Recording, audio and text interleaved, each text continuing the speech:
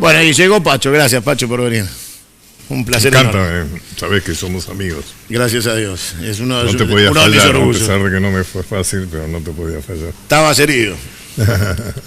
Pacho, vos sabés que recién yo le decía a la gente que siento que esta etapa de convulsión de Latinoamérica es como que no termina de cerrar nunca porque seguimos durmiendo con el enemigo, ¿no? Nos levantamos a la mañana y todavía hay gente que piensa con ese ánimo de secta, de interés propio, sectario, individual y nada más, que no tiene proyecto colectivo ni en Argentina ni en latinoamericano, ¿no? Es saquemos lo más que podamos los recursos naturales, hagamos nuestro negocio. Y yo decía, hay gente que hoy vive en el siglo XXI y te habla de ir a vivir a Marte, o te habla de la inteligencia artificial como algo inminente. Hay otros que con menos suerte llegan a usar el celular y el 5G, y después están los del siglo XIX que nunca pudieron salir, que siguen calentándose con querosén, con una radio y leyendo el diario cuando pueden. Históricamente parece que nunca los pueblos de Latinoamérica pasaron en bloque de siglo. Es como que siempre fueron quedando rémoras porcentuales en el otro siglo. Y ahora ya es como que convivimos 3 siglos en el mismo tiempo-espacio. Los que se quedaron en el siglo XIX, los que lograron pasar al XX y los que no lograron entrar en el XXI. ¿Cómo se arregla esa grieta histórica, cultural, salvaje de que si yo estoy bien no me tiene que interesar el de al lado y que cuando viene un gobierno que quiere distribuir es populismo de negros y no es patria? O sea, ¿cómo se salda desde la historia? Bueno, yo creo que una forma de salir es esto. Es decir, hay que entender lo que hacen lo posible para que no entiendas. O sea, entonces, lo que hay que entender es que la Argentina y los países latinoamericanos son territorios de disputa. Por ejemplo, cuando me preguntan Bolivia, yo he sido embajador en Bolivia un tiempo. Conozco bien Bolivia. Bolivia es un país maravilloso. Una cultura extraordinariamente interesante. Pero para analizar el fenómeno boliviano, yo estoy convencido que hay que tener en cuenta el litio. Que el litio es el nuevo petróleo, es el nuevo elemento de enorme valor porque los autos autónomos, porque la inteligencia artificial que tenemos en los bolsillos solamente, digamos, necesita del litio. Y resulta que Bolivia, junto con el norte argentino, ojo, hay que tener en cuenta, no, gracias, igual que el norte de Chile, tienen el 75% de los recursos mundiales de litio. Yo no sé si uno puede hablar livianamente del tema boliviano sin tener en cuenta el litio. Y más específicamente el contrato de los $1.000 millones que hizo Bolivia con China. Porque creo que nunca fue valedero, pero ahora más que nunca no se puede analizar los fenómenos nacionales sin tener en cuenta lo global. Y Latinoamérica en este momento es un espacio de disputa entre las 3 grandes potencias del momento. Y yo creo que Estados Unidos está alarmado por eso, porque hasta ahora esto era el patio trasero indiscutible, inclusive la Guerra Fría, era claro que el comunismo dejaba a cambio de otras cosas, pero Latinoamérica era de Estados Unidos. En cambio ahora tenemos, por ejemplo, China es el principal socio comercial de la Argentina, los países del Pacífico tienen una enorme influencia. Por ejemplo, si algo sostiene Maduro en este momento es Putin, de Rusia. O sea que hay algo, digamos, ahí que preocupa a Estados Unidos y que vamos a tener muchos, o sea que va a ser imposible analizar los sucesos que están sucediendo y que van a suceder en América si no tener en cuenta el fenómeno de las competencias internacionales. A ver, vinieron buscando oro y plata y hoy se quieren llevar litio, agua potable, cambió el producto, digamos. Sí, claro. Ese es un ejemplo de Bolivia, mira vos, porque Bolivia es un ejemplo muy claro de un país salvajemente explotado, casi como una cosa racial, por los blancos contra los indios, digamos, ¿no? Contra los indígenas. Bolivia es un país riquísimo, contrariamente a lo que la gente no puede tener. tuvo guano cuando había que tener guano, tuvo salitre cuando había que tener salitre, tuvo estaño cuando el estaño era un elemento de primera calidad. Tiene la segunda reserva petrolera gasífera después de Venezuela. Acabamos de decir productor de litio. Y creo que Morales, más allá de algunos flancos que dio, yo pienso que cuando uno lleva adelante un proceso revolucionario debe tener muy cuidado de no dar flancos, aunque a veces son inevitables. Morales realmente cambió el escenario boliviano. Bolivia en este momento es un país con todos sus recursos naturales nacionalizados, con millones de bolivianos salieron de la situación de pobreza. O sea, hay una verdadera redistribución de la riqueza. Bueno, y eso hace indudablemente que Bolivia, no es extrañar entonces que Bolivia esté pasando por un momento tan convulsivo, ¿no? El ejemplo que es trasladable a otros países, hoy está Colombia, ¿no es cierto?, en pleno caos. Y esos fenómenos en dominó, viste, que se dan en Latinoamérica, a veces viene un dictador y después viene otro dictador. Y, bueno, evidentemente son situaciones que son no casualmente iguales, repetitivas, ¿no es cierto? Claro. A ver, yo lo titulé, para poder hacerlo comunicable, como un Cóndor 2, un plan de verticalización de América Latina por parte de Norteamérica, duro y puro, un Trump que sale y dice: felicito a las Fuerzas Armadas de Bolivia por el golpe. O sea, además la aceptación de la senadora fue inmediata. O sea, eso deja claro el interés de Estados Unidos. Igual que Guaidó en Venezuela. Claro, es cierto. ¿Alcanza con, como dijo Cristina, con un multimedio y el apoyo de la Embajada de Estados Unidos para proclamarse presidente? Porque entonces, ¿para qué votamos? No. Bueno, vos hablabas de la grieta que agitan tanto algunos. La grieta es algo inevitable. La grieta es nada más, nada menos que la lucha de clases. O sea, es el conflicto de articular los intereses del sector dominante con los sectores populares, la gran mayoría. Es imposible, son intereses antagónicos. En ciertos momentos esos intereses se resuelven a favor de uno o del otro. El peronismo siempre tuvo la fantasía de poder conciliar, siempre Perón planteaba el policlasismo, digamos, ¿no? Algo así como que se podían articular. Creo que la realidad en su último gobierno lo desmintió, ¿no es cierto? La grieta se metió cruelmente dentro del mismo peronismo, dentro del mismo gobierno, ¿no? Entonces la grieta no debe alarmarnos ni extrañarnos, ni es la creación de nadie, sino que realmente atraviesa toda la historia argentina.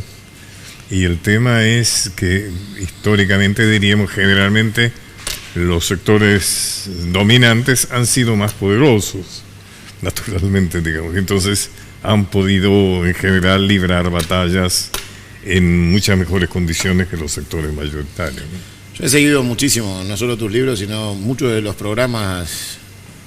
Dejaste algunos que son antológicos, por ejemplo el de Romay, que yo lo tengo guardado entre mi colección de programas elegidos.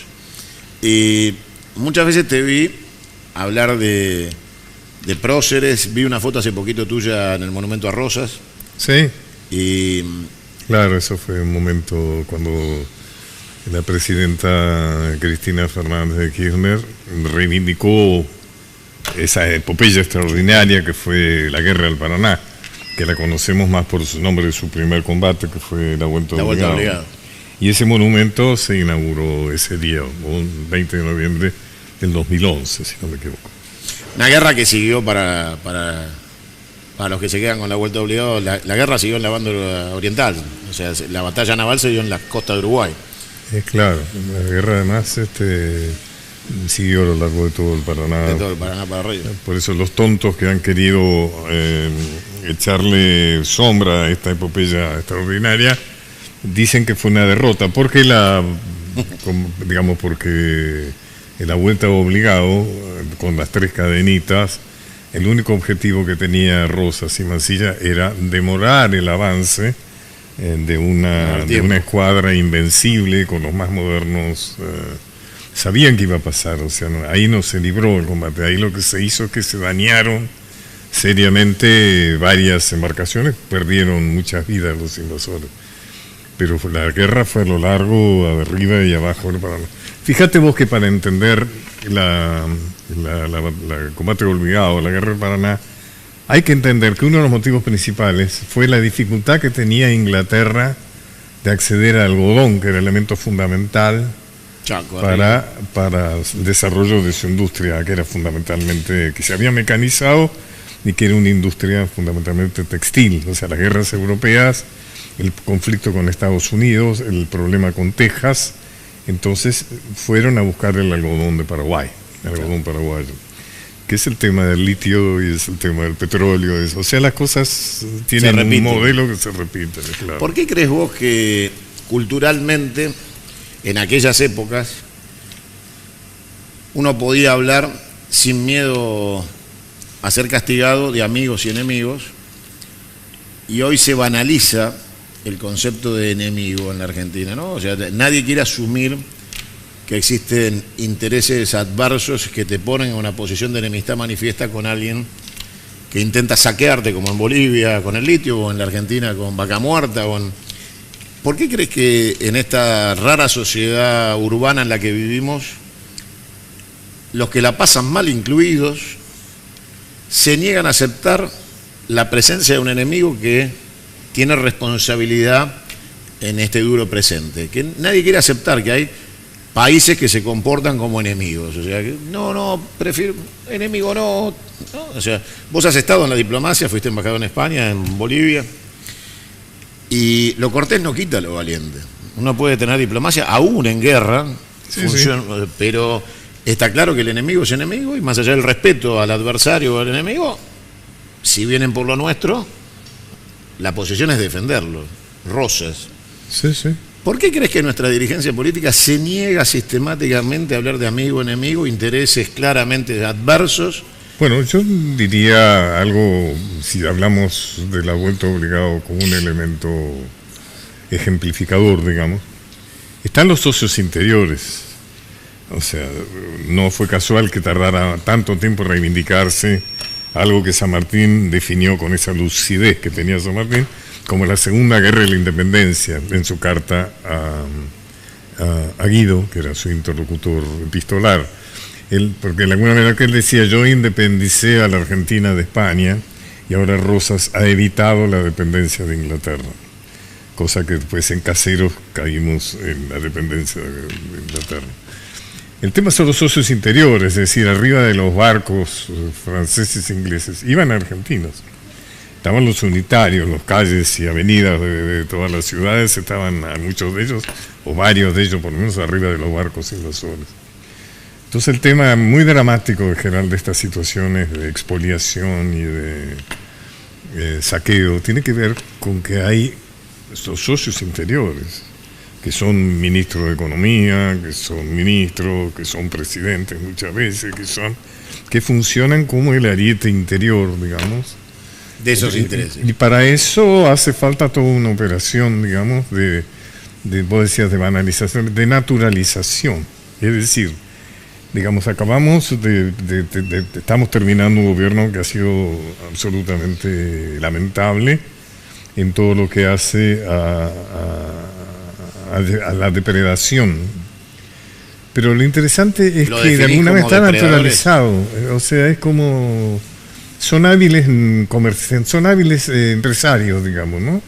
O sea, hay algo que se ha fabricado que hace que no haya sanción social. Eso me parece gravísimo. O sea, vos te enterás que hay un empresario que ha hecho atrocidades, que se ha hecho supermillonario en función de negocios espurios con el Estado. Después lo vas a ver en las revistas de sociedad, comiendo en Puerto Madero. Claro, porque se considera, no, son hábiles empresarios. El problema que hemos tenido con tu gobierno es que los hábiles empresarios acostumbrados a hacer negocios con el Estado, resulta que estaban en el Estado, dentro del Estado. Hicieron lo que descaradamente saben, en el Estado. Hicieron lo que saben hacer. Es decir, lo que saben hacer son negocios con el Estado, y resulta que tenían el Estado, eran ellos.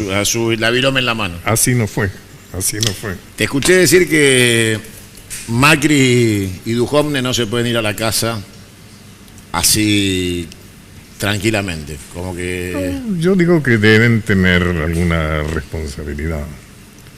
Es decir, yo supongo que duermen muy tranquilos, pues ya te digo, hay cosas que están mal, pero que están naturalizados, ¿no es cierto? Parece como que en realidad fueran normales, o sea, la posibilidad de hacer negocios financieros, apostar, cuando ellos mismos están manejando las variables, cuando ellos mismos saben cuándo sube el dólar, cuándo baja el dólar. Y con toda esa terminología que solamente conocen algunos, que el LELIC, que es la tasa del riesgo país, lo que yo no entiendo absolutamente nada. Pero hay otros que entienden muy bien qué quiere decir eso. O sea, mientras nos hemos empobrecido todos, hay gente que se ha hecho muy rica en estos tiempos. Entonces yo me atrevería a decir que realmente creo que sería importante que alguien rindiera cuentas, o sea, estas cifras de pobreza, de miseria, estos datos tan tremendos de estas cifras tan tremendas, tienen que tener responsables. O sea, tienen que tener responsables. Acá te meto en otro lío histórico. Yo decía que América tenía un problema grave porque todos cuantos vinieron al Nuevo Mundo venían en nombre de monarquías. Portuguesa, española, inglesa, holandesa. Sí, sí. Y claro, la justicia en la monarquía la ejercía el rey. Entonces, era justo o injusto lo que el rey decidía que era justo o injusto. Nosotros tenemos una justicia monárquica todavía en Argentina donde el poder de turno determina la culpabilidad, porque para que pase lo que vos decís, para que exista condena social, para que nadie se vaya impune, deberíamos tener una justicia que honre su rol. Uno decir, tenemos un señor juez. Alguien me decía hace poquito tiempo que cuando nosotros éramos chicos, tener un familiar ministro de la corte era tener un cuadro en la casa y era el símbolo de la familia. Había un tío mío que era camarista. Caramba, era el orgullo familiar, un camarista. Bueno, yo conozco gente de la justicia muy honesta, que trabaja bien. Creo que quizás estamos hablando de un cierto, digamos, de un cierto sector de la justicia. Sí, claro. La justicia yo federal, no puedo hablar mucho porque entiendo muy poco de la justicia, pero sin duda hay una justicia que es notablemente lenta para ciertos pecados, digamos, ¿no? Creo que eso habría que mejorarlo, porque la sensación de impunidad es muy grave, o sea, se transmite, ¿no es cierto?, de arriba hacia abajo. Es vertical. Sinceramente, con toda esta situación de desconfianza, digamos, de la gente, de los políticos y de los funcionarios. Por una parte se los ha tomado como chivos expiatorios, es decir, parecería que los únicos culpables son los políticos, digamos, ¿no? Pero los sindicalistas, ¿no? Pero por otra parte creo que es cierto que nos vamos a curar en ese sentido cuando haya una ejemplarización, cuando haya ejemplaridad, o sea, cuando no se discute. Tenemos un país acá muy cerca que es Uruguay. De los uruguayos, salvo alguna excepción, no se desconfía de los políticos. Claro. Me acuerdo de un amigo mío que me dijo, el problema de la corrupción no es un problema de la política uruguaya, ¿no? Se confía en los políticos, es muy importante. Pero en ese sentido yo creo que hay una crisis moral en la Argentina. Es decir, para muchos Dios se murió. O sea, hay muchos que están convencidos que no hay nadie a quien rendir cuentas, ¿no? También ahí funciona mucho el bajo sentimiento patriótico que tenemos, que tampoco se rinde cuentas a la patria o al si no hay Dios, no hay patria, ¿no? Al hermano, compatriota quiere decir hermano, ¿no? Y yo creo que eso es grave, o sea, un país que no distingue entre lo bueno y lo malo, una sociedad que no distingue, o un sector de la sociedad del bien del mal, que distingue entre el bien y el mal, pero le importa muy poco que sea bueno o que sea malo. Depende del éxito. Claro. ¿No? O sea, si sos malo con éxito, justifica. Justifica. Claro, sos un hábil empresario. Ahora, recién te metiste en un tema que también es de coyuntura. Los asesinos vuelven a matar en nombre de Dios, ¿no? Como este Macho Camacho, Bolsonaro, ¿no? O sea, volvieron a la teoría de que la Biblia es la justificación Claro. de la violencia, el golpe de Estado, el saqueo. La Argentina, yo coincido con vos, el 13% de los argentinos abandonó la Grey Católica y no fue a ninguna. Porcentualmente, la última encuesta dice que Sí, interesante. el 13% de Interesante. los argentinos dejaron de profesar la fe católica, pero no fueron a ninguna otra. Son agnósticos, ateos, se han ido de la fe. Que es muchísimo, porcentualmente sobre 45 millones de habitantes. Sí, porque creo que está en ese... Porque es muy fácil declararse católico y no hacer nada. Pero creo que actualmente solamente el 60 y pico % se declara. Antes era el 90 y 94. Y en eso uno dice, bueno, a ver, hay situaciones, yo planteaba recién que los grandes países desarrollados no quieren fábricas contaminantes en los países subdesarrollados. En los de ellos sí. Lo que no quieren es que haya más polución por culpa de pobres, pero no abandonan una sola fábrica de las de ellos. Te hablan de ecología para vos. Los chinos y los japoneses siguen matando ballenas, pero te obligan a preceptos ecológicos. Saquean nuestro mar continental de una manera impresionante. Alguna vez vi una foto nocturna tomada desde el satélite. Impresionante. En el borde es como ciudad. si fuera una franja luminosa. Es una cosa espantosa. Pero miles de barcos. Tienen buques petroleros que le abastecen de combustible a los que están pescando para que vuelvan. Además los barcos faenan, te salen las latas directamente de sardinas. Llegan a puerto y bajan. Sí, sí. Pero nos piden a nosotros que no expoliemos los cardúmenes de Mar del Plata. O sea, que la flota amarilla no pesque fuera de temporada. Sí, devuelva la pesca. Dejar de devolver la pesca. Claro, es muy difícil, ¿no? O sea, a ver, es tan asimétrico todo que es muy difícil no identificar amigo o enemigo, porque están claros quiénes se benefician. Las reglas no son... pero eso está acompañado de un sistema que no te permite entender. Sí, eso es clave. Confunde. Todo esto es posible porque la gente no entiende, porque no entendemos. Inclusive, hasta te diría en estos momentos, algo que se ha deteriorado, no solo el bolsillo, sino que también es el lenguaje. Yo no entiendo, de que el otro día estuve en un programa donde eran 4 o 5 economistas. Y dije, escúcheme, ¿ustedes creen que la gente está entendiendo lo que ustedes están diciendo? La gente no entiende. Que el ELI, que baja, que tasa, que tiene que subir, que economía, que eso. O sea, es como, nos hemos deteriorado también en el lenguaje, hablamos de cosas que no se entienden, o sea que hay una súper drama, y es que no solo te va mal, sino que no entendés por qué te va mal. Porque si a vos te fuera mal por un terremoto, estás en guerra, es fácil entender, pero no entendés qué pasó, para que te vaya tan mal. Y yo creo que eso tiene que ver, digamos, de alguna manera, no es que haya una conspiración general, pero sí un sistema, digamos, comunicacional establecido que no te permite descifrar, entender qué es lo que pasa. Por ejemplo, vivimos en una sociedad de consumo. La sociedad de consumo se sostiene porque de alguna manera te instala un deseo de consumir. Es decir, vos tenés que comprar, tenés que tener. Si dejáramos de consumir, se derrumbarían sistemas capitalistas. Pero eso es a base de saquearte el deseo, es decir, que vos desees no lo que realmente te hace bien a vos, sino que desees lo que la sociedad necesita para perpetuarse y expandirse. Ahora, es muy difícil entender esto, así, porque esto sirve. Hay como resquicios que no me... Pero es muy difícil de entender porque al fin no te das cuenta que te pasás haciendo y pensando lo que otros necesitan que pienses. Eso es muy profundo, Es ya como una especie de funcionamiento muy clave, muy esencial, ¿no? Yo pensaba hace pocos días cuando empiezan las especulaciones más profundas de cuánto tiempo le queda al petróleo en el mundo.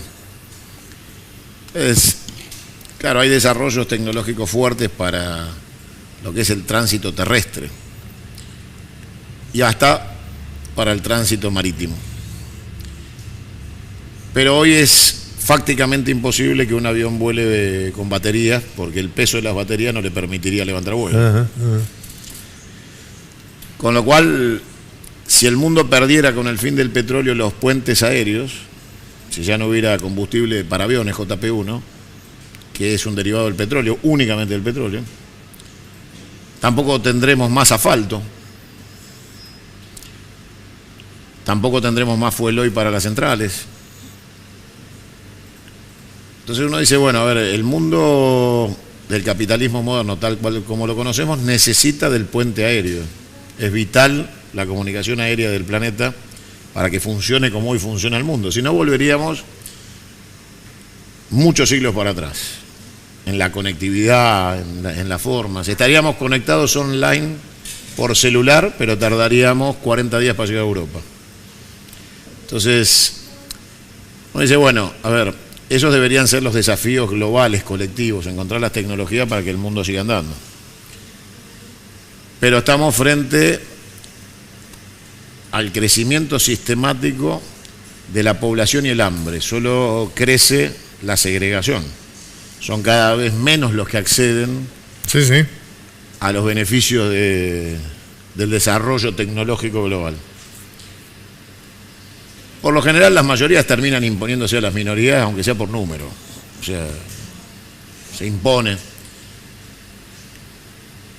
Y muchas imágenes de estas que vemos son casi apocalípticas. Si uno suma las imágenes de violencia global el mismo día, a la misma hora, en todo el planeta donde hay crisis, es genuinamente apocalíptico. O sea, y eso tiene que ver con que este sistema capitalista ha llegado un momento en que la acumulación por parte de los poderosos es tan grande que ya no queda para repartir. Es decir, hasta no hace mucho el capitalismo, los poderosos de alguna vez les sobraba algo que permitía, por ejemplo, existir clases medias, que hacían una vida que se parecía más o menos a una vida. Ahora próspera. Ya, por ejemplo, pensá que Bill Gates tiene 10.000 millones de dólares. Pensá que en Chile se da, o no es casual, que el 3% de la población tiene el 25% de la riqueza. O sea, realmente la riqueza, el poder se ha ido yendo, contriniendo de tal manera que ya no sobra, ya no queda.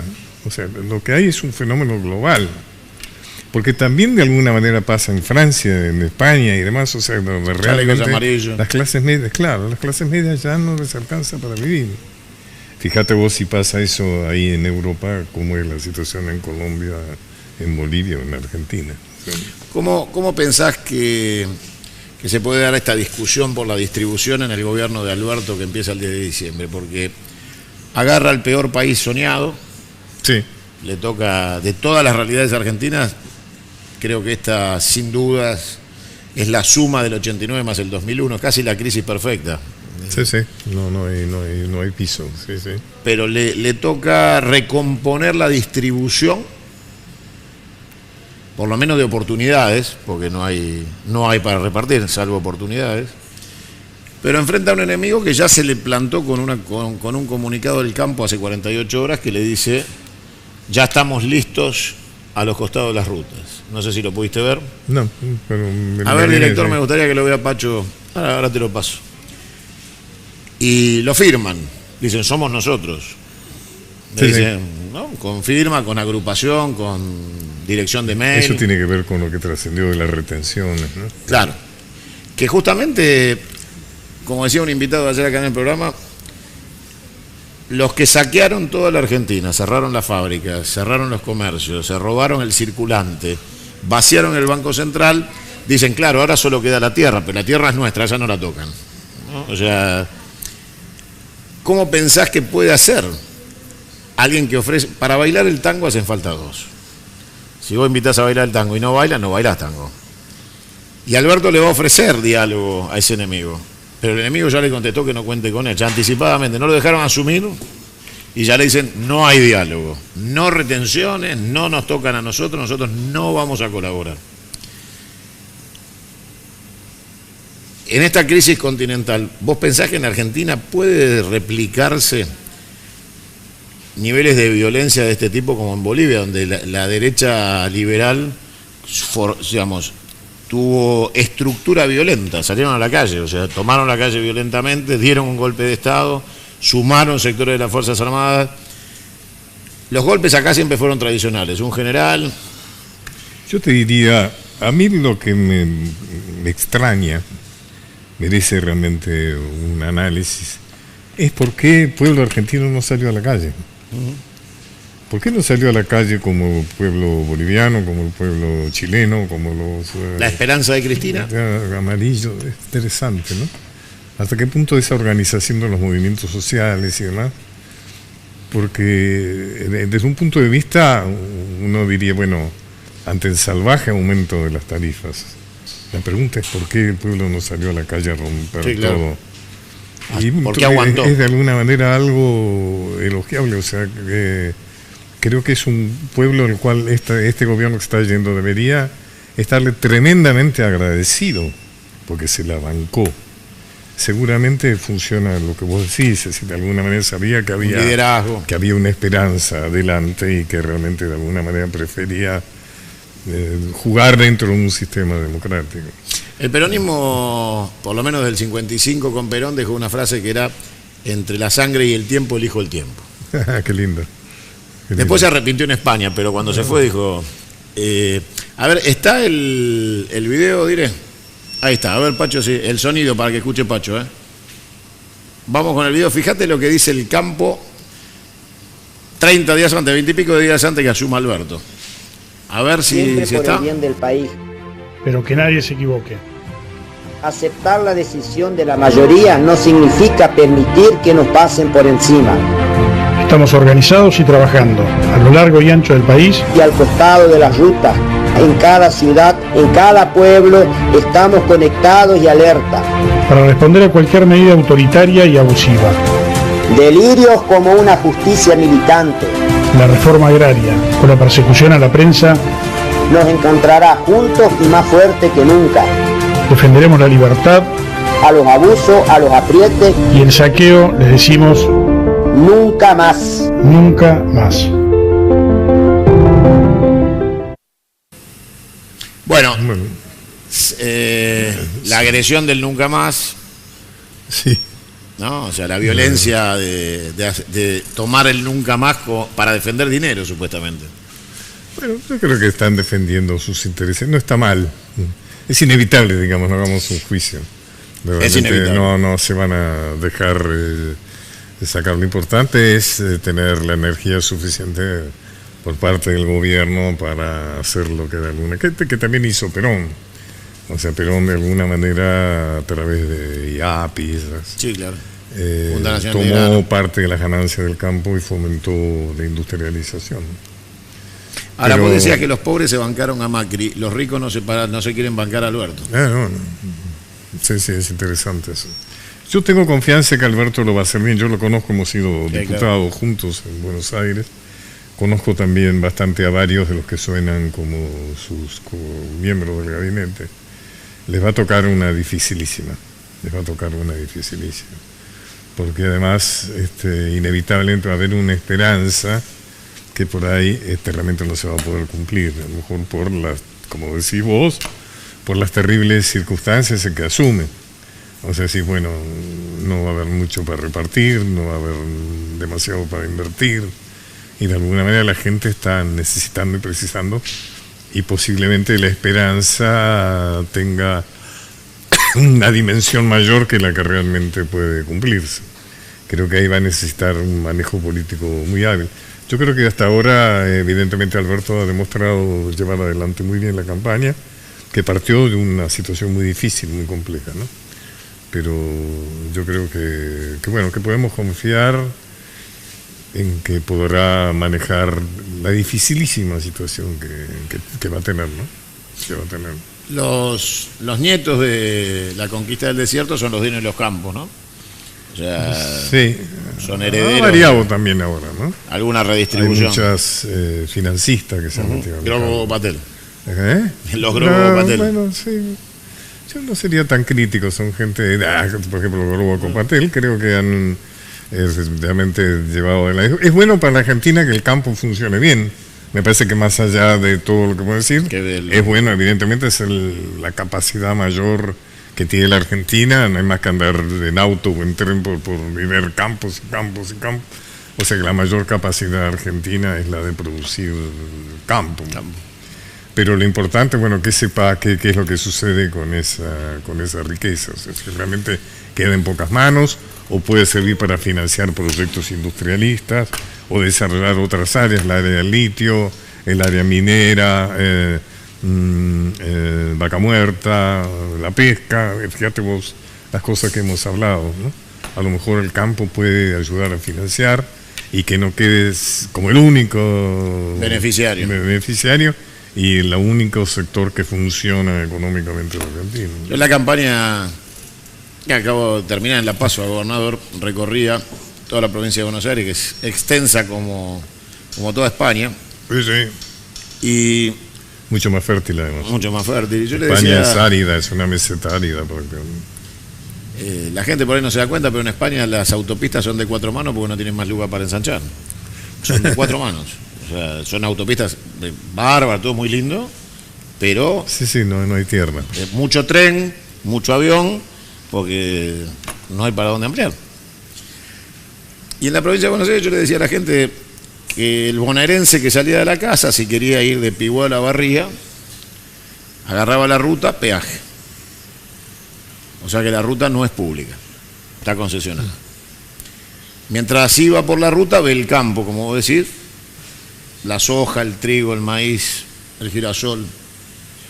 Y entonces por ahí ese bonaerense soñaba, bueno, ahora viene la cosecha, todo va a mejorar.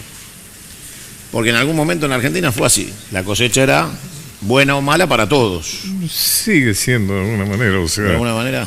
Te digo, quiero decir, al gobierno es muy importante claro, sí. el ingreso de los dólares, claro. Cosa que va a ser mayor si se aplica algún tipo de retenciones. Con el gobierno de Macri no, con el gobierno de Macri se liquida afuera sin plazo. Claro. O sea exacto. Que... Sí, bueno, ¿no? es lo que saben hacer, como decíamos. Entonces yo le decía a la gente, digo, el camión que carga en el campo el trigo o la soja se va por una ruta que tampoco es nuestra, llega al puerto que está privatizado, se va en el barco con el destino final y el chacarero no cobra en un banco argentino, cobra en Suiza. Ah, sí. Claro, le transfieren los fondos. Le transfieren los fondos a su cuenta en Suiza o en Panamá o en Estados Unidos y el gobierno argentino le dice que no lo traiga, que se lo quede indefinidamente porque la Argentina no necesitaba dólares, decía el gobierno de Macri. Bueno, el blanqueo se planteó que no era necesario traer el dinero acá. Blanqueámelo, pero dejalo. Claro. Entonces yo decía, es muy injusto, ¿no? Que no seamos dueños de las rutas, ni de los puertos, ni de la riqueza distributiva de la ganancia del campo. Entonces uno dice, bueno, Alberto tiene que modificar esto de alguna manera, es un desafío que culturalmente choca con los medios de comunicación que yo llamo analógico, porque esto ya es lo que hoy donde estamos haciendo esta nota, es el primer medio digital argentino sustentable. Es un canal de televisión de 24 horas de programación. Muy bien. Pero la estructura analógica, que todavía transmite por cable o por aire, y que tiene una incidencia importante, si bien va cayendo, tiene una incidencia importante, hace el trabajo que vos decís, desinforma, instala una agenda que no es la de interés colectivo para el conocimiento, instala divertimento, distracción. No hay programas de enriquecimiento del conocimiento, se trabaja sobre el título del día, que se instala para discutir. Que se hace una especie de cadena nacional, de pronto todos hablan de lo mismo. De lo mismo. Sí. No hay tiempo para charlar con Pacho, no hay tiempo para charlar con la... Todo es velocidad. Trabajan con el minuto a minuto, yo lo he hecho y me ha ido muy bien, pero siempre eligiendo la agenda propia. Nosotros elegíamos nuestros temas en el cable y nos iba muy bien. Pero la Argentina no piensa, ¿no? La Argentina no piensa, no te invita a pensar. Es un permanente, por ejemplo, con Alberto hay preocupación por su gabinete, pero no hay una preocupación, por ejemplo, por el Alberto histórico, para la interpretación de quién es Alberto Fernández, o sea, para entender a Alberto Fernández. Yo no vi una sola nota hecha por un periodista de Alberto Fernández donde le pregunten algo que no tenga que ver con el hoy, ahora y el ya. Nadie se ha preocupado por conocer al presidente. Qué rica sería una nota tuya con Alberto, hablando en serio, para que uno sepa quién es Alberto. O sea, pareciera que acá no hay necesidad. Que la sociedad no le exige saber qué piensa de religión, qué piensa de filosofía, no importa, eso no importa. Lo importante es qué tan pragmático es. O sea, si resuelve el partido de póker, ¿no? O sea, sí. Eso en otros lugares del mundo no lo he visto. Yo tengo la suerte de haber viajado por todo el mundo y muy rara vez he visto tanta despreocupación por conocer el personaje, ¿no? O sea, por saber quién va a ser el presidente. Me cuesta criticar al periodismo en general, digamos, ¿no? Pero lo que sí creo que hay algunos, sin duda, hay buenos periodistas, pero sí establece que es como un sistema, ¿no? Un sistema, la noticia del día, más o menos es gente que analiza o que opina sin ser expertos, ¿no es cierto? Panelistas. Una gran incapacidad, no hablo de la incapacidad intelectual mental, sino una gran dificultad e incapacidad de pensar en términos internacionales, por hace poco. O sea, no hay noticias internacionales, no hay capacidad de pensar que lo que está pasando en París tiene que ver con lo que pasa en Colombia, un poco las cosas estas que decimos, salvo programas muy especiales, muy aislados, transmitidos en horarios muy particulares, de poco rating, además. Porque si uno pensara conspirativamente, diríamos que un sistema como el capitalismo, que es tan injusto, que es tan difícil de entender, de justificar, se sostiene básicamente sobre la ignorancia, ¿no? O sea, lo que decíamos hace un rato. Un sistema dominante requiere que los dominados no entiendan demasiado qué es lo que pasa. O sea, el amo no quería que el esclavo realmente tuviera lucidez. O sea, que eso hay que pasar por ese lado. Yo creo que no es tanto un tema de una conspiración general, sino de un funcionamiento esencial de un sistema social, un sistema económico, un sistema político, que se basa mucho en eso, como decís, pseudo información, pseudo noticias, ¿no es cierto?, pseudo instrucción. La cosa muy veloz, la dificultad de asociar una cosa con otra, como recién te decía.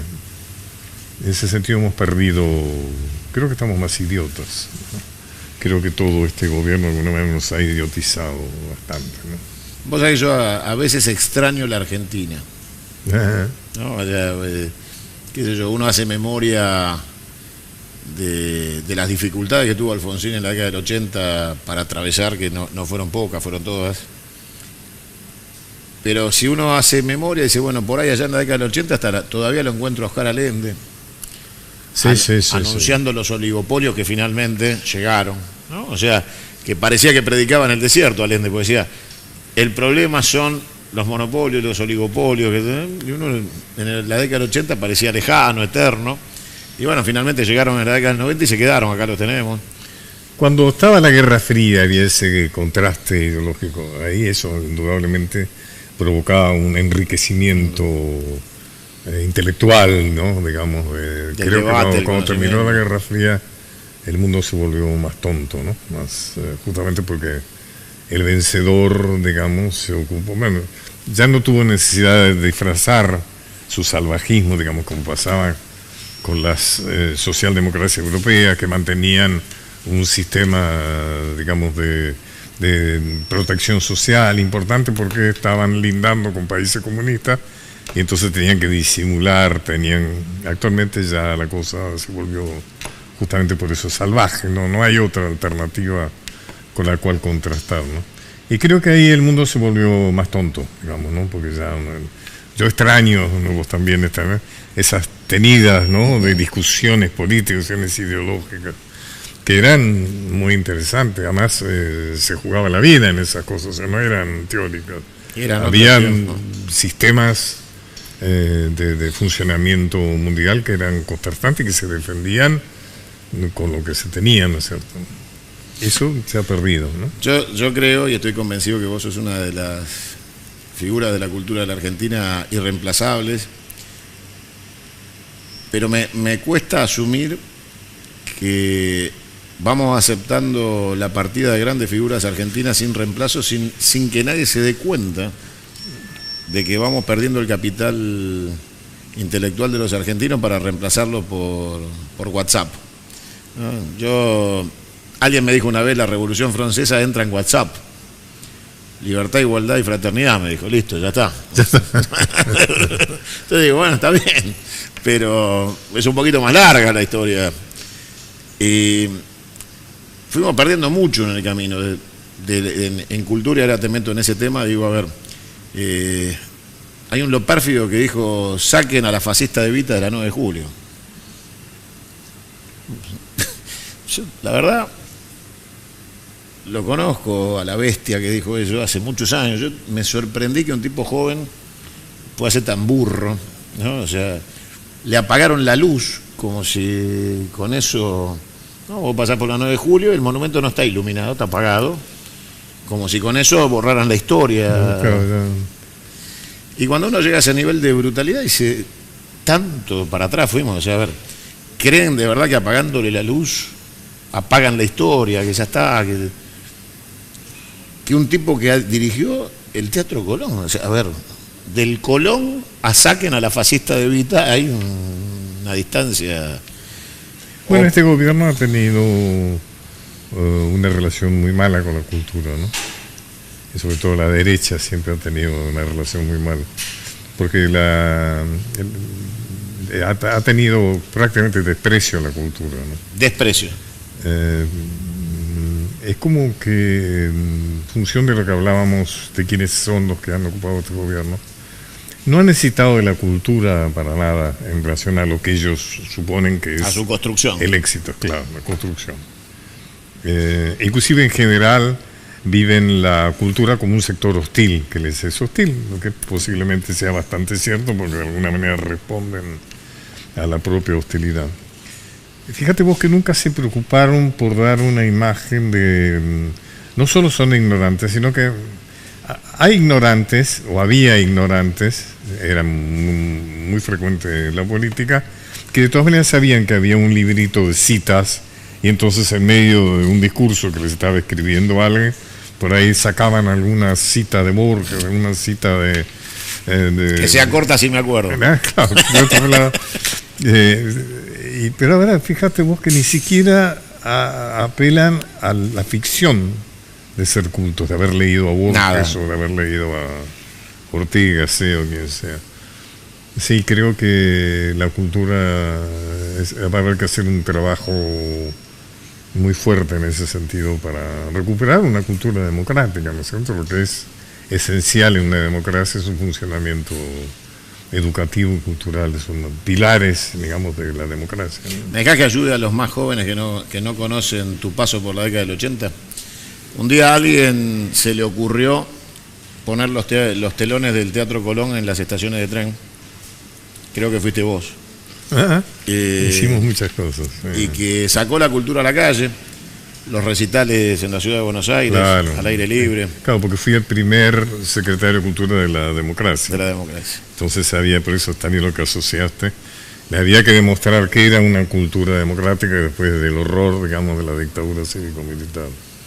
Entonces había que sacar la gente de las catacumbas, se había refugiado, había que volver a poner... Sol. Claro. Había que volver a poner en superficie los que habían estado prohibidos, traer los exiliados, reivindicar los muertos.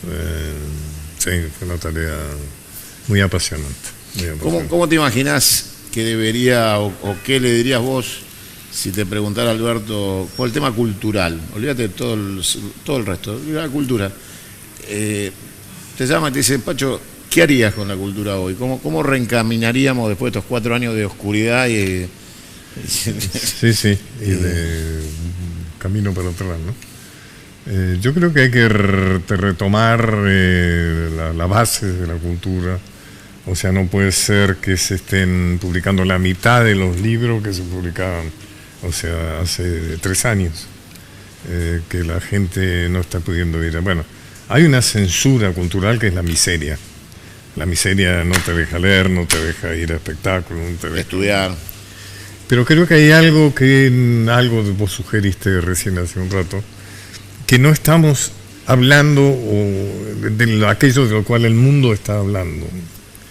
O sea, la cultura tiene que ver con la modernidad, o sea, tiene que ver con cómo es ese mundo de la robótica, cómo es ese mundo del internet, cómo es ese mundo de la clonación, cómo es ese mundo de los tremendos avances científicos. Y la cultura tiene que ver con eso. Nos hemos quedado muy atrás. O sea, nos pasamos hablando del ELIX y de tasas y de riesgo país, y no estamos hablando, estudiando, con salvo excepciones, digamos, de personas que realmente lo hacen por su cuenta o lo hacen en el exterior. Pero no estamos hablando de realmente. O sea, me acuerdo cuando yo fui secretario de Cultura de la Nación, habían salido el Internet. Y, por ejemplo, fue muy importante que las bibliotecas las populares tuvieran Internet. Accedieran. O sea, para que aprendieran y porque más para la biblioteca. Bueno, eso fue todo un trabajo que quizá no fue tan conocido como otros, pero fue muy importante en ese momento hacer que el Internet estuviera al alcance de la gente en los sectores culturales. O sea, creo que un hombre, o sea, el tema del streaming, el tema de los derechos, por ejemplo, de contenidos, los contenidos, o sea, los derechos de los actores, actrices. Hay muchísimas cosas para trabajar que no tienen solamente que ver con el libro, la ópera o el ballet. O sea, que eso también hay que cuidarlo. Pero creo que tenemos que ir no podemos quedarnos tan atrás. A veces los argentinos somos turistas en nuestra época. O sea, solo pasamos de a ratos por el tiempo que nos toca vivir, ¿no? Porque estamos lejísimos. Es como que de repente estamos un ratito como si pasáramos de visita y volvemos a nuestra realidad de coyuntura. La construcción de esa cultura universal y contemporánea, o sea, ser parte del mundo, necesita que tengamos éxito, porque si no es muy difícil llegar ahí desde el fracaso. La mayoría, como vos decís, claro, cayó la venta de libros, cayó la edición de libros. La explicación era la de @Marquitos Peña. Estamos en el mundo digital, ¿para qué queremos libros? Los diarios morirán, los libros desaparecerán, decía Marco Peña, que tampoco lee digital, pero o sea, no es que se mata leyendo digital. La estructura educativa está devastada. Han hecho en 4 años... Bueno, hay una frase que lo simboliza. ¿Para qué quieren universidad de los pobres? Igual no van a llegar. María Eugenia Vidal. ¿Qué frase es esa, no? Digna de una placa. ¿Qué habrá querido decir realmente, ¿no? Le salió eso, ¿no? Yo propuse que hagan en serio, te digo. Yo propuse que la frase se guarde donde dijo esa barbaridad como placa conmemorativa a la burrada que dijo, y que los chicos pasen y digan, dijo esto, ¿no? Porque por ahí lo niega dentro de algunos años. Con una gobernadora que dice eso, un presidente que atentó como nunca desde la figura presidencial a la cultura, nunca le interesó nada, no hizo nada por demostrar su vínculo. Y hay un tema que es el gobierno, ¿a qué le da prioridades? O sea, no es cierto que no hubo dinero para la educación, se dedicó el dinero a otra cosa. Por ejemplo, cuando se suprimen los subsidios, digamos, es porque se está privilegiando a las empresas. Sí, claro. O sea, el tema es cuando vos tenés 100 pesos y sos un gobernante, bueno, ¿a qué le adjudicás 10 pesos a esto, 25 a esto? El tema es realmente que se desfinanció absolutamente la cultura y la educación. Claro.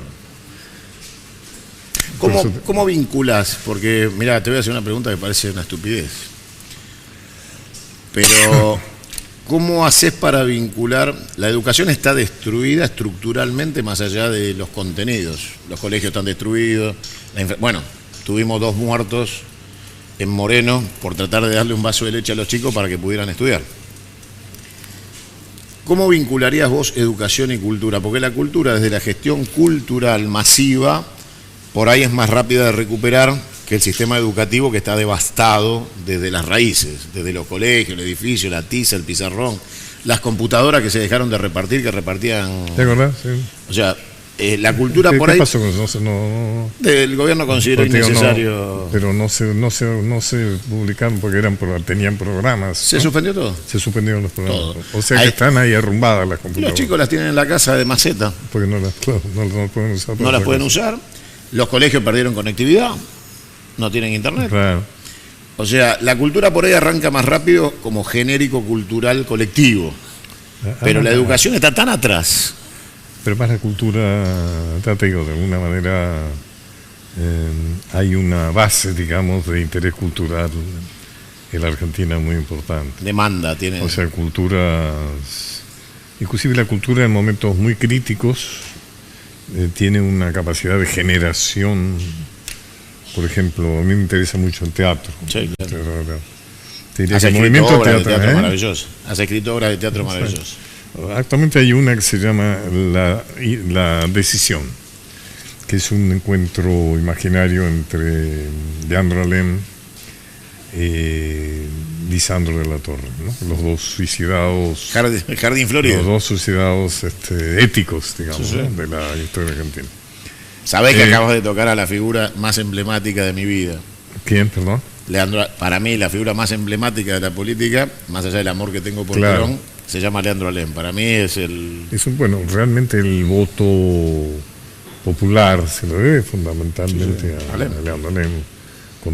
Para contar a la gente que como no avalaba las elecciones fraudulentas para descalificarlas, no presentaba intransigencia a su partido, revolucionaria. o sea, era la abstención patriótica, lo cual hizo que se fuera demoliendo y haciendo demasiado claro que las elecciones eran fraudulentas, y finalmente apareció este personaje extraordinario que fue Roque Sáenz Peña, y que agarró desprevenido, ¿no?, a la oligarquía. De alguna manera la oligarquía creo que pensó que iba a seguir todo igual, que por más ley de esto de alguna manera iban a seguir manejando, y no, tuvieron que dar el golpe del 30 para recuperar el poder. No sé dónde estaba, pero ahí me fui. No, me contabas de la obra de teatro. Sí, encuentro entre Alem y te digo, que en momento de crisis la cultura tiene una gran capacidad de reacción, ¿no? Es como que la cultura se sostiene, se mantiene. Lo que pasa es que cuando hay un gobierno que alienta la cultura, no hay necesidad, no habría necesidad de heroísmo cultural, sino algo que realmente es un derecho, ¿no? O sea, el pueblo tiene derecho a la cultura. Qué buena definición, ¿no? O sea, heroísmo cultural. Claro. Estos 4 años fueron puro heroísmo cultural. Sí, claro. Sí, muy Pacho, ¿me regalás un ratito más? Sí. Un ratito. Vamos a una pausa y volvemos en nada. Quédate que está Pacho Donald un ratito más, poquito. Dale. Bueno, y Pacho se está haciendo, pero antes de que se fuera quería incorporar. ¿Cómo andas, Lali? Bien, ¿qué tal? Bien. ¿Estás disfrutando de la charla con Pacho? Sí, la verdad que sí, un placer, sí, siempre un placer. Yo participaba de unas reuniones maravillosas que hacía con el tema de la responsabilidad social. Los congresos internacionales. Donde venían figuras internacionales, pero de primerísimo nivel. Sí, tuvimos 2 reuniones lindas con Amartya Sen, que es el padre de la economía con rostro humano. Vino Paul Krugman, Nuriel Rubini, estuvo Lula en 2 congresos. Y los 3 congresos era una charla, un momento de reflexión con Pacho Donel. Entonces estábamos Bernardo Klicksberg y yo conversando con él. ¿Qué es la vida de Klicksberg? Hace rato que no lo veo a Bernardo, se quedó mucho en Nueva York durante este periodo nefasto, ¿no? Donde de responsabilidad social ni hablemos, ¿no? Claro. Pero sí, ahí anda, ya volverá, ahora volverá. Sí, eran muy interesantes. Habrá que retomarlas ahora, ¿no? Habla que retomarlas, sí. Sí, porque hay que volver a instalar este planteo que hacíamos nosotros, ¿no? De la acción de responsabilidad social en la terminalidad de la política pública, que como desaparecieron las políticas públicas, como nuclear, ¿no? Para hacer acciones responsables. Pero sí, claro, seguramente vamos a volver a te ha planteado un desafío, Pacho. Lindos diálogos, sí, claro que sí. No, la verdad que era muy valioso. ¿Qué le preguntarías a Pacho antes que se vaya a ver? No, bueno, supongo que es un momento político muy difícil. Yo sinceramente lo que pienso un poco también con lo que pasó con toda la persecución judicial, que es lo que me toca ahora como leitmotiv, digamos, ¿no? Como motivo de mi vida, creo que es un momento como para trabajar la memoria, verdad y justicia en esta etapa histórica, ¿no? En algún momento tendremos que hacer una reflexión sobre eso, ¿no? No olvidar lo que pasó. No olvidar lo que pasó, sí, de acuerdo. Sí, yo creo que, bueno, quizás tan al tanto del tema de los presos políticos no está, yo realmente estoy a full con eso, pero el entramado que han hecho, todo el tema del lawfare, todo el tema de las noticias falsas, todo lo que ahora se está explicitando tanto en Dolores, en la causa de Dolores, que bueno, que es en la que estamos visualizando que ha habido connivencia entre el Poder Ejecutivo, el Judicial y los medios de prensa, y es jorobado, es un tema que en algún momento va a dar para escribir varios libros y para repasar otra forma de, digamos, de presionar, otra forma de generar invisibilidad en muchos dirigentes políticos de mucha valía, ¿no? ¿Cómo está su marido? Bien, por suerte Julio está fuerte, está dedicando este tiempo para leer, 3 libros suyos ya me devolvió, porque él claro, Julio lo que no aprovecha Julio, leer. El personaje se enojó conmigo. ¿Por qué? Porque ¿Qué yo propuse le dije que habría que cambiar el nombre del aeropuerto, que ya está bien, digamos que ministro Pistarini. Pues la gente pregunta quién es el ministro Pistarini. Entonces dije que podría ser, ya después de tantos años de haber homenajeado a Pistarini, se podría cambiar el nombre del aeropuerto, ya que uno se llama Kennedy y otro se llama De Gaulle, ¿no? Me escribió una carta furioso. Ya estaba detenido, Julio. Ya estaba detenido. Porque sí, decía, digo, Julio, ¿cómo te vas a agarrar? a Pistarini. Claro. Pistarini fue un hombre muy importante. Además me mostró. Te explicaba. Sí, explicó todo lo que hizo Pistarini, ¿no? Claro. Fue uno del primer tiempo. Hacía muy poco que estaba detenido y vivió la anécdota de Pacho Dolores. Y digo, ¿cómo voy a transcribir esto? No, porque esta nota tiene que salir. Bueno, no, pues mi mamá tenía razón. Yo no conocía bien. ¿Le contestaste, Pacho, la carta? No, ¿qué le va? ¿Viste? No daba, pero. No era para da para conversar en algún momento. Me pareció muy didáctica. Es un enojo didáctico. Pues. Ojalá todos se enojaran por cosas sí, así. ¿No? Bueno, Pancho, te vamos a despedir. Gracias. Sabes lo que te quiero, lo que te admiro. Ha sido un gustazo grande estar acá. Es importante para mucha gente escucharte. Así muchas que gracias, muchas gracias. Tu casa. Bienvenido a Canal 22. Gracias.